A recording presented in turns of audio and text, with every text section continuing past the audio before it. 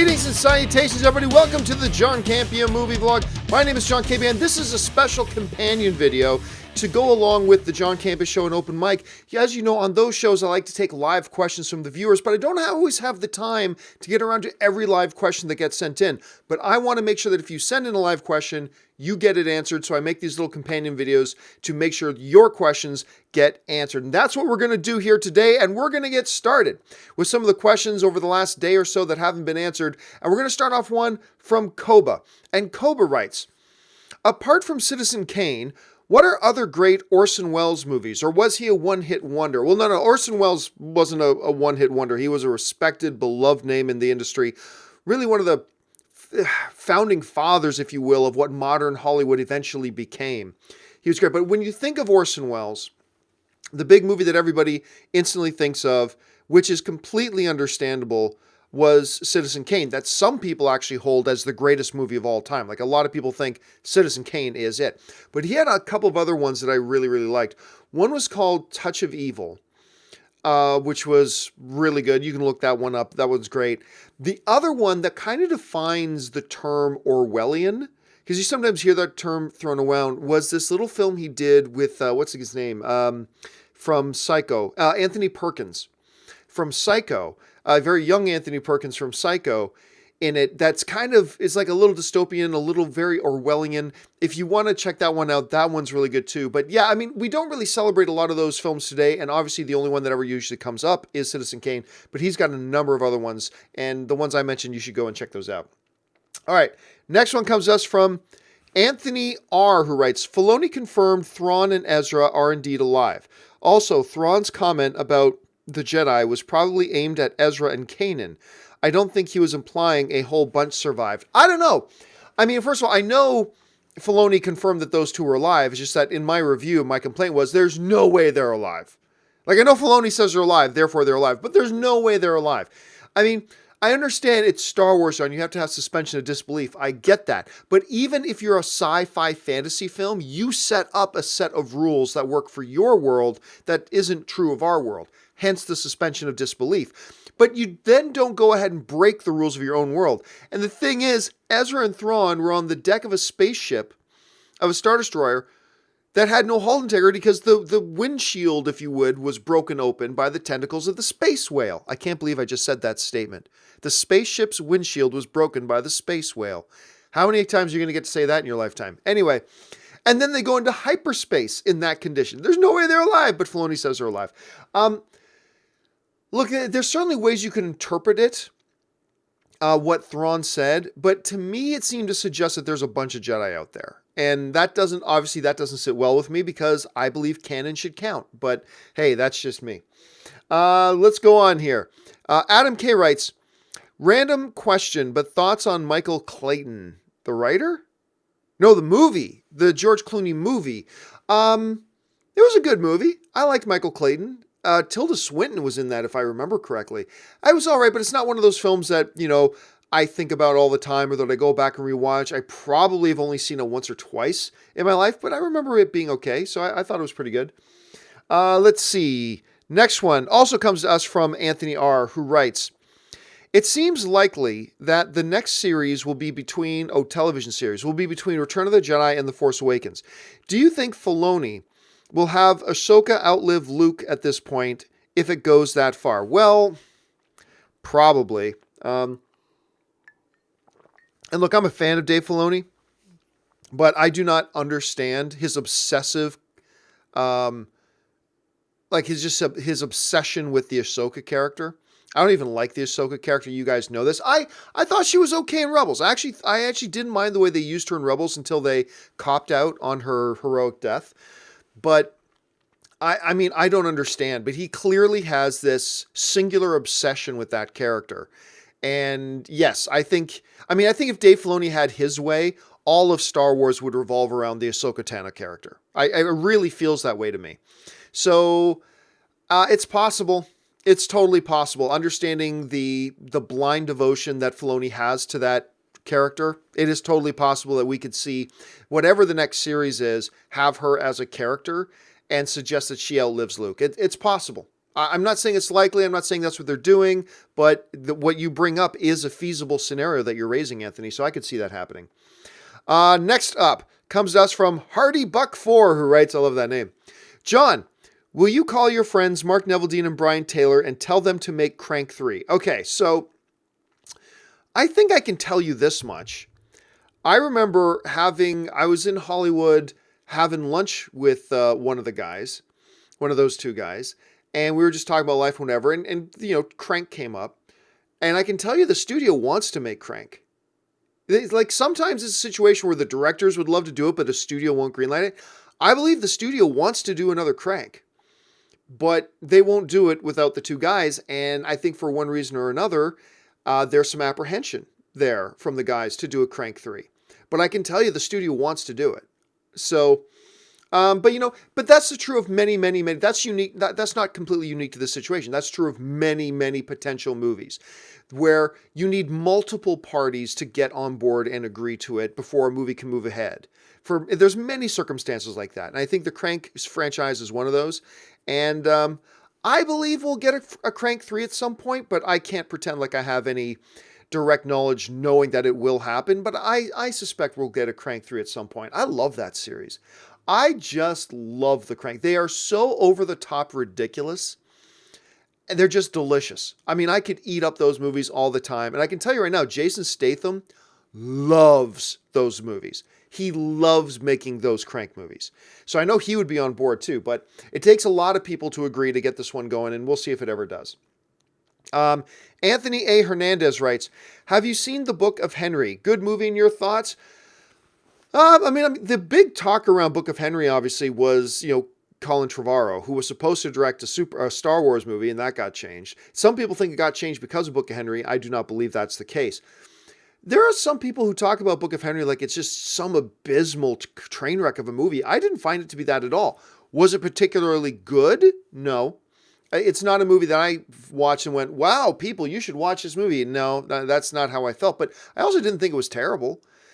I thought it was okay. I thought it was an okay movie.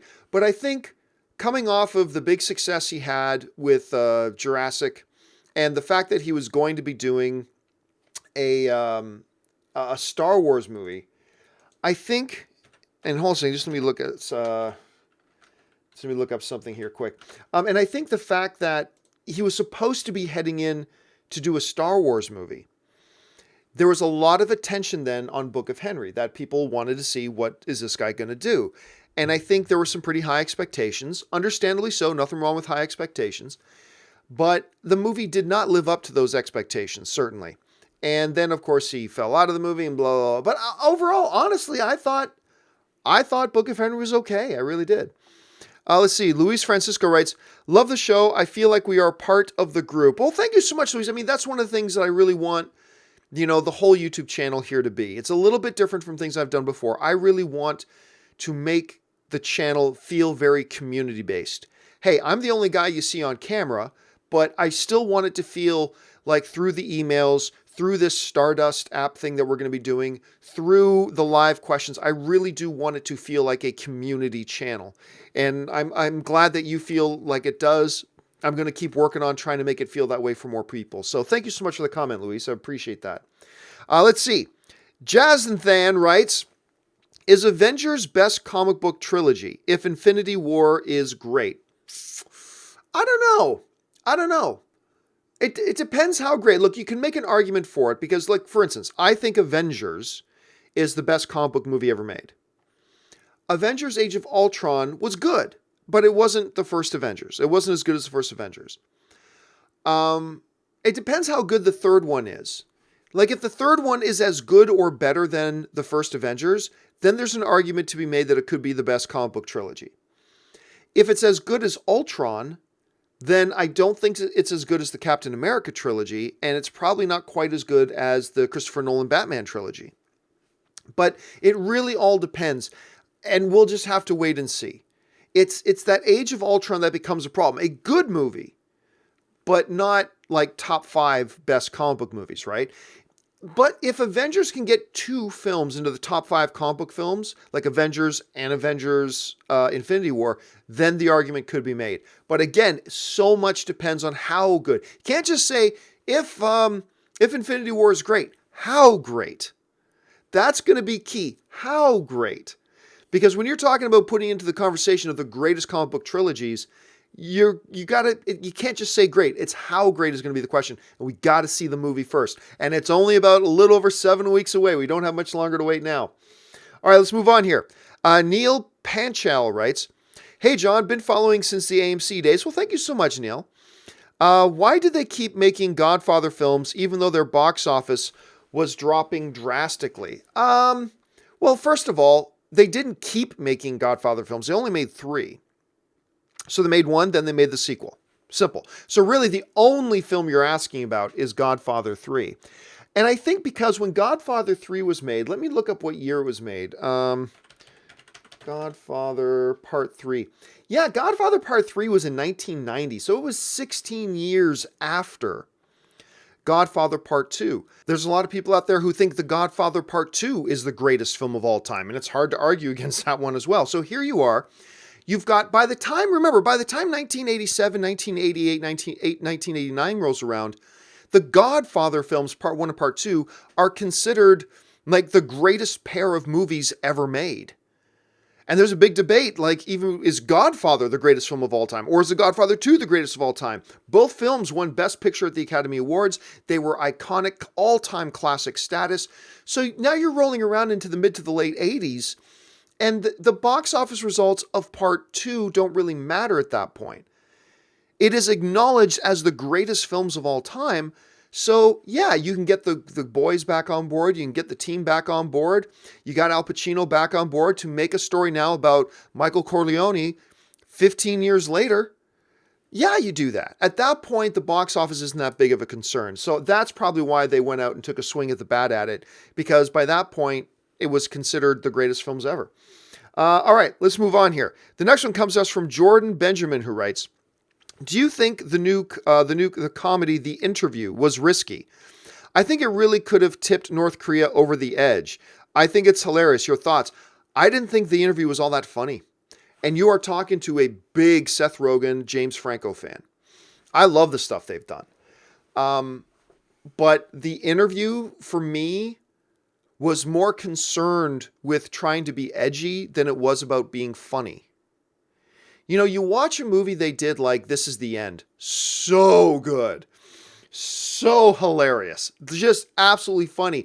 You watch that movie, they do some subversively smart stuff, but you can tell their first part is being funny and then throw in some subversively intelligent stuff as well at the same time. And just that movie is such a great viewing experience. I love that movie so much. But then The Interview came out. And it's like, being funny wasn't the number one priority of that movie. And it showed. And to me, it just was. And look, I'm not going to sit here and say I didn't laugh at all through. There's a couple of moments in that film that I laughed out loud, for sure. But compared to other offerings that Rogen and Franco have given us, particularly I was coming off of This Is the End, it just, to me, it just didn't live up to the same thing. It just didn't live up to the same thing.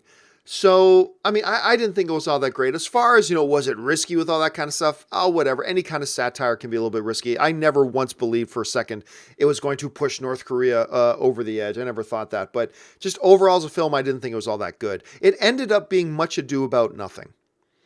Because had that movie come out and it was hilarious and people loved it, it could have created a bigger problem. But the fact of the matter is, it came, it was like, oh, that's what all the big deal was about? That? And don't get me wrong, it wasn't bad. It's just not up to the standards that I've come to expect from those guys. Because those guys have set a very high bar. And to me, it just wasn't living up to that bar. Okay, next one. Eli the Creative writes, "When will we see DC slate after Infinity War?" Well, I don't know. They've kind of put out a slate 5 or 6 times, and it's constantly changing. So I don't know. I'll be honest. I have no idea if they know what their slate is at this point. They're so reactionary. They're just kind of waiting film by film to see how each movie does before deciding what to do next. It's just a little bit of a mess over there. And I don't know. So your guess is as good as mine. Your guess is as good as mine as to when we're going to see another version of the DC slate. We'll have to wait and see. Sujith writes, Fassbender and Vikander, the video game movie lead couple. I hope Tomb Raider is good. You're staying at my place when you're in India. Oh, well, good to know, Sujith. Yeah, here's hoping. Look, we mentioned this on the John Campea show a little bit earlier today. Tomb Raider is now open in about 9 or 10 countries around the world. It opened in the last couple of days in certain international markets, and it's getting some mixed reaction. But you know what? I'll take mixed, because I'm used to a video game movie opens, everybody's crapping on it, it sucks. I will take mixed. I'm hearing some bad things, but I'm also hearing some good things about it. I'm hearing from some people who didn't like it so much. I'm hearing from some people on social media that they quite liked it. So that's actually got my hopes up a little bit. Because like I said, we are so used to a comic or a video game movie coming out and just everybody hates it. This one is actually getting some positive response. Some negative too, but some positive. So I'll take that any day of the week. As far as Fassbender, man, all I can do is weep, just weep over what could have been with that Assassin's Creed movie. That Assassin's Creed movie could have been and should have been so good. And instead we got what we got. All right, let's move on here. This one comes to us from Randall Cartwright, who writes, versatile, or who is more versatile, Dwayne Johnson or Hugh? Hugh. That's not even close. That's not even a real discussion. Dwayne Johnson is not that versatile. Dwayne Johnson has a particular wheelhouse. And if you guys watch my channel, you know how big of a fan I am of The Rock. I love Dwayne Johnson. But he has a very defined, specific wheelhouse that he operates best in. Now, is he capable? Has he grown enough as an actor to be able to deviate from that wheelhouse a little bit? Yes, he has. He absolutely has. But comparing him to Hugh Jackman, who can do anything, he can do comedy, he can do action, he can do period piece, he can do romantic comedy, he can do a musical, he can do heavy dark drama, he can do it all amongst the best in the world. This isn't even a fair fight. That's not a fair comparison at all in the least. Hugh Jackman is by far the more versatile actor than Dwayne Johnson. I love me Dwayne Johnson, but Hugh Jackman's probably the most versatile performer in the world. I mean, really, if you want to think about it. Matthew Leach writes, The Hollywood Reporter says that Davis, you're probably talking about Mackenzie Davis. Matthew Leach says, The Hollywood Reporter said that Davis's character will be an assassin in the new Terminator movie and that the actual female lead will be played by a Latina actress. Yes, that's what they said, but Variety said that they're looking at her as the new face of the franchise. Now, which one of them is right, we'll have to wait and see. Whenever there's a conflict between the two big majors, and that's the Hollywood Reporter and Variety, I tend to just slightly, I believe they're both great. I love the Hollywood Reporter. I love Variety. They both have a standard and a track record of success and excellence. They're both great. They have wonderful standards. But whenever the two deviate, I tend to give the benefit of the doubt to Variety. It doesn't always work out that way, and that's not me casting any shade at all on the Hollywood Reporter. Not whatsoever. But Variety is saying they're looking at her as the lead and the face of the franchise, whereas the Hollywood Reporter is saying they're looking at her as a secondary character and they're still looking for a Latina actress. We'll have to wait and see how it turns out. Either way, they're looking at Mackenzie Davis being in the movie. Whether she's that primary lead or a different type of character, we'll have to wait and see which one's right, Hollywood Reporter or Variety. Let's see. Next one comes us from Alan Gonzalez, who writes, when are you going to see Avengers? I'm not really sure yet. I'm not sure. Here's what I think. I think at the latest I'll see it is probably like April 23rd or April 24th. Because I'm going to be at CinemaCon for that. And Disney has shown their upcoming MCU film lately at CinemaCon. So hopefully I'll see it by then. But I will probably end up seeing it about a week before that. So probably somewhere in the neighborhood. If it comes out on the 27th, I will probably see it somewhere between the 17th and the 21st. That's my guess. And then I'll probably see it again when I'm at CinemaCon in Vegas. So my guess is somewhere between the 17th and the 21st when I'll have a chance to see it. I don't know if I will get to go to the premiere because this is a pretty big film. And I don't tend to get invited to the biggest of the big films unless it's Star Wars because I'm known as a Star Wars guy. But yeah, probably somewhere between the 17th and the 21st is I'm guessing when I'm going to have a chance to see Infinity War. All right. Next question comes to us from ZCM Zombie, who writes, favorite Soderbergh film? Plus, would you like to see a Star Wars Soderbergh film? A Star Wars Soderbergh film? I like Steven Soderbergh as a director, but a Star Wars Soderbergh film? No, I don't think so. I don't think I'd be down for that. Like, don't get me wrong. If they announced it tomorrow that he was doing one, I'd be okay. I'm intrigued. I'm intrigued as to what kind of a movie they're going to be. So I'm not like dead set against it. But if my first choice, no, I wouldn't choose Steven Spielberg. Favorite film? I tell you, one of the films I really like of his recently, which is Logan Lucky. And I know a lot of you guys didn't go out to see Logan Lucky. It's a really good, fun little film. I enjoy that. You got to talk about Ocean's 11.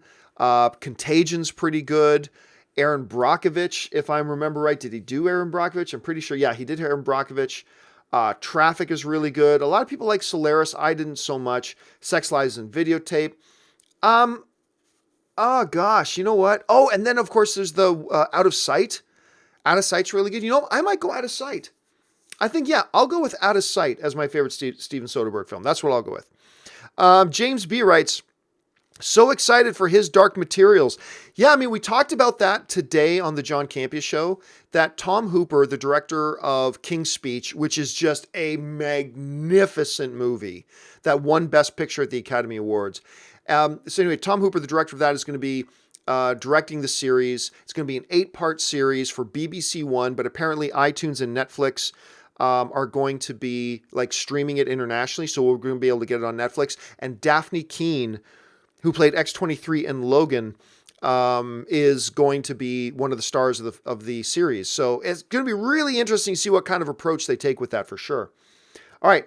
Next up comes to us from Chris Miner, who writes, favorite sports comedy? Mine is Major League. Major League isn't even my favorite Major League film. Major League 2, I'm in the minority here, but Major League 2 is actually my favorite Major League film. I love that one. I think Major League 2 is just hilarious. I think the first one's really funny too. But my favorite sports comedy, it's probably got to be Slapstick. Slapstick is probably the greatest sports comedy of all time. And then staying on the hockey theme is also Mystery Alaska. I'm a big fan of Mystery Alaska. You guys have heard me talk about that one before with Russell Crowe. Love that movie. ZCM writes again, could Extremis from Iron Man 3 be related to the Soul Stone? I have a feeling we've answered that question already. I doubt it. I highly doubt it, because when you look at what's been going into developing it, goes long before, so I don't think so. Hey, could be wrong. You might have just made the most genius prediction of all time, but I don't think so. I'm going to lean against it. I don't think that's the way they're going to go with that. As ECM writes again, what would you rather get first, Ted 3 or Anchorman 3? Neither Ted 2 nor Anchorman 2 were as good as Ted 1 or Anchorman 1. But I actually think Ted 2 was a little bit better than Anchorman 2. Ted 2 was not overall as good as Ted 1, but had some funnier moments than Ted 1. So I'll say by a very thin margin, I'd be curious to see a Ted 3 before an Anchorman 3. I'd love to see them both, because I'd like to see them both improve off of their sequels. I'd love to see them both, but if you're going to put it to me, I think I will go Ted 3 is the one I would want to see first. Maybe I would change my mind about that later. Matthew Leach writes, I'm just curious, which version of Cheetah Kristen Wiig will be playing? There's Priscilla Rich, Deborah, and Barbara. No idea. No guess at all in the world. Look, to me, it's still a little bit of a head scratcher, but at least Kristen Wiig is a really talented actress. I wouldn't think of Kristen Wiig as playing a supervillain in a comic book movie at all, but at least she's a super talented actress, and talent can compensate for an awful lot. Here's the thing. Patty Jenkins won't have to work around or hide Kristen Wiig's weaknesses like maybe some other actresses. At least with Kristen Wiig, she's got a very talented actress. I'm still struggling to see this as a good fit, but remember, we don't see into Patty Jenkins' head. We don't see what vision Patty Jenkins has of Cheetah. And maybe the vision that Patty Jenkins has for Cheetah, Kristen Wiig is the perfect fit for that. So a lot of times we evaluate whether something's a good fit based on our own interpretation of what that character will be. But remember, we don't know what Patty Jenkins' interpretation of it is. We don't know what vision she has for it. And maybe once we see it, we'll realize, oh my God, yeah, Kristen Wiig was the perfect choice. So we'll just see how that kind of turns out. But as far as which incarnation, which manifestation of the Cheetah character, no idea. Of that, they've given no hint and no clue at this point. All right, next, Daniel Quintana writes, hey John, since 50 Shades has finished its run, what are the chances we'll see The Secretary, I think you mean The Secretary, now The Secretary remake release? Well, there are several movies called The Secretary. I'm going to go out on a limb, since you're comparing it to 50 Shades, and guess that you're comparing it to the James Spader, Maggie Gyllenhaal film, which, ironically enough, James Spader's name in the movie is also Mr. Grey. I can't remember if that's coincidence or not. I think it's just a coincidence. I don't think so. It's not like a movie that everybody loved and adored or anything like that. It was quirky for what it was. It was risque for what it was. But no, I don't see any purpose or any validation for doing a remake of it. Not to mention, like, you see the box office of 50 Shades just went down, down, down, down, down, down. So I don't think they're hopping on the idea of doing something else that kind of mimics what the 50 Shades did. So no, I don't see them doing that personally. All right, next one. Just Plain Steve writes, John Campea, you magnificent son of a bitch. Wanted to say thanks for doing what you love and sharing us every single day. Also, go Chiefs. I'm a fan of the Kansas City. I'm bummed out they let go of Alex Smith, though. I honestly think Alex Smith is a really good quarterback, and he's going to help his new team succeed. I really do. But thank you so much for sharing that. Just Plain Steve, I appreciate it very much. And go Chiefs. All right, next up, ZOMG Ruler writes, did you talk about the Shazam photos? Yep, earlier on the show today, on the John Campea Show, I talked about them. I'm a little bit nervous about them. I know some people are getting really excited because they're so, the look of the costume we're seeing from these set photos that Zachary Levi is wearing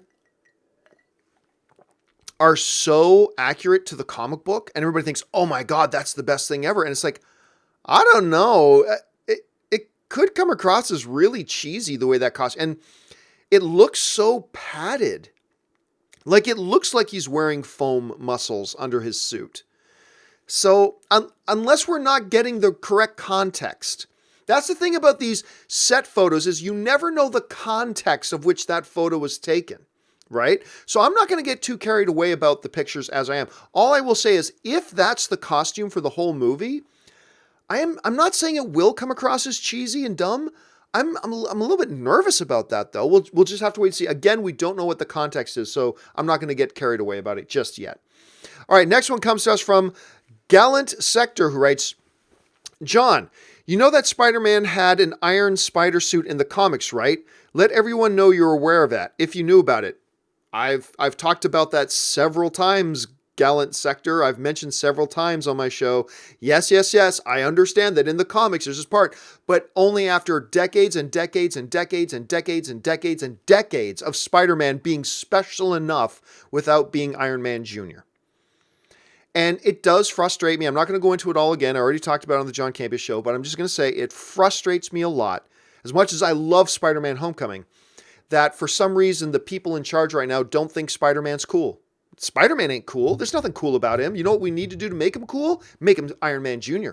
Let's make him Iron Man Jr. Then he'll be cool. Because Spider-Man on his own just ain't cool. Like,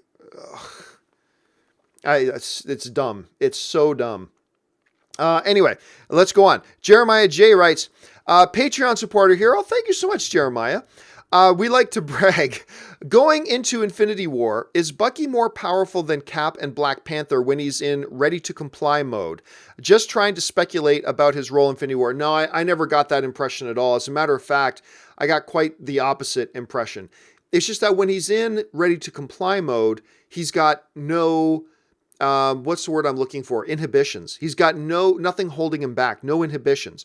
But the thing is, even when he's in ready-to-comply mode, Steve is still chasing him down and beating him, really, but Steve is holding back. Steve does have things. He is have inhibitions. He is holding back. He doesn't want to hurt Bucky when he's fighting him. He doesn't want to take him out. So that's the big difference. And Black Panther seemed to be able to handle Winter Soldier. So I'm going to say no, that even when he's in ready to comply mode, he is a handful. He's a handful in or out of ready to comply mode. He is a total handful and a challenge for anybody. But I don't think he can take Captain, and I don't think he can take Black Panther. So that's just the way I see that.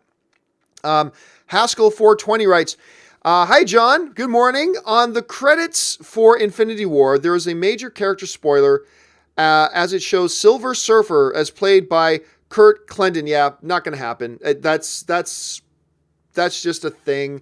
I don't believe that is real whatsoever at all. I wouldn't even think about it. Like, as a matter of fact, I'll even bring up the Infinity War IMDb page here, and we'll get the actual name of the actor here. As a matter of fact, yeah, Silver Surfer is not listed on the credits list. When you go to IMDb, he's not listed on the credits list. So, and even I know there was some site that had him listed in the credits. It's not true. It's not real. It's not. Silver Surfer's not in the movie. Now watch, the world will get shocked and Silver Surfer's in the movie. But no, he doesn't have the rights to be in the movie yet. Just doesn't have those rights. Let's see. Next up, we have Anthony Luculano writes, what's your favorite 80s movie? Return of the Jedi. Simple. That one was easy. Return of the Jedi is my favorite 80s movie. Troy Taylor writes, if Bumblebee is a huge success, do you think Paramount would still reboot the franchise or just continue with Bumblebee? Love your show, John. Yeah, see, that's the thing. Everybody says, okay, this thing's totally derailed, but if that one succeeds, it changes everything. No, it doesn't. I think Paramount has already got their plans. They already got their plans about what they're doing after Bumblebee, and they're not going to change it. I mean, what if Bumblebee makes $2 billion? Well, you can say, here's the problem with that, with asking questions like that, Troy, is that, and no question is a bad question, but I'm just saying, the problem is you can say that about any movie. You can say that about any movie, right? Hurricane Heist is in theaters right now, right? John, if Hurricane Heist makes $2 billion, could we see it change their plans and now they'll want to do sequels? Well, I mean, you can ask if it makes $2 billion, you can ask that about any movie. If you really wanted to throw this extreme hypothetical out there, sure, you could throw that extreme hypothetical out there, but it's so radically unlikely. Look, we've seen the direction. The audience, the fans have been pretty much given up on the Transformers as they are. We've seen, it took a while for the fans to catch up that they were just crappy movies that were being pumped out. Other than the first one, I really like the first one personally. But they've taken such a downward turn that, I mean, Bumblebee will make some bank. It will. It's a big, action-packed, giant robot movie. It'll make some bank. It's not going to be a $1 billion film. It's not going to be a $900 million film, but it'll make money. It'll make some money, but it's not going to be a $2 billion film. It's not going to be a Black Panther film. It's not going to make $1.4 billion. It's not going to be a game-changing film. And, then throwing out the question, John, but if Tom Cruise grows a third eye, could he be a great real-life fighter pilot because he has 3 eyes? I mean, sure, but Tom Cruise isn't going to grow the third eye, so I don't know. So to me, no, they're not going to change their plan based on the results of one movie. Lowell writes, hey, John, Patreon supporter. Thank you so much, Lowell. I think it's Hawkeye and Nick Fury that die in Infinity War. Not bad guesses. That's another interesting thing. We haven't seen any Samuel L. Jackson in here, have we? Hold on a second. Let me pull that up. Is Samuel L. Jackson? No, Samuel Jackson's not in Infinity War. And I remember hearing about that he wasn't asked to be in it. So there is no Samuel L. Jackson in Infinity War, to the best of my knowledge. So I don't think we're going to see him die in it. Hawkeye, though, is definitely one that is definitely a character that I have thought for a long time could be on the chopping block. Hawkeye is an OG member of the Avengers, and yet not all that neat of a character. Jeremy Renner does a great job playing him. It's just that you could lose Hawkeye. So if they wanted to kill off an original Avenger, they could kill off Hawkeye without too many repercussions, I think. All right. Mary writes, most important thing about Homecoming is that everything Spider-Man achieves in Saving himself and defeating Vulture has nothing to do with the suit, just him. And I kind of wish they followed through with that, Mary. 1 second here. I kind of wish they followed through with that, with the movie, that he didn't need the suit. He didn't need the frickin' Iron Man Jr. suit. And that's why I'm kind of bummed out they're doing this whole Iron Spider thing. It bums me out that they're doing it. I think it's a total waste. Jeremiah J. writes, great show, John. Thank you so much. I'm on the last episode of Legion. It's a great finale. It was so weird and didn't watch initially, but dang, it's good. I recommend it to everyone, and I should go on the Stardust app and plug it. Bring on the filthy. Yes, and just so you guys know what he's talking about, the Stardust app, this is a great segue. Thank you, Jeremiah. The Stardust app is now going to be one of the sponsors of the John Campea Show for the next month or so, and I'm going to use this app in what I'm going to think is a great way to get you guys, because you guys know I've been playing around with different ways to bring you guys on the show in video. And this Stardust app is a great way to do that. You go on Stardust, you just leave your own 3 to 30 second reactions and mini reviews to TV shows, trailers, and movies. But if you tag me on it, if you tag at John Campea on your videos, then I might actually select one of your reactions to be on the John Campea Show in a segment we're doing called What We're Watching. So keep your eye open for that, guys. Thanks for mentioning that, Jeremiah. And yeah, Legion, I've told this story before. Legion is a show that I didn't even like at first. I watched the first episode. I didn't like it at all. And I gave up on the show. And then a couple months later, everybody kept hounding me, John, check it out again, check it out again. And I went to check it out again, and I really enjoyed it. And the finale is really, really good. Okay, let's move on here. The next one comes to us from Elam Rem, who writes, Ed Harris is, in my opinion, the best actor without an Oscar. Ed Harris. Ed Harris is a great actor. Let me just bring him up here.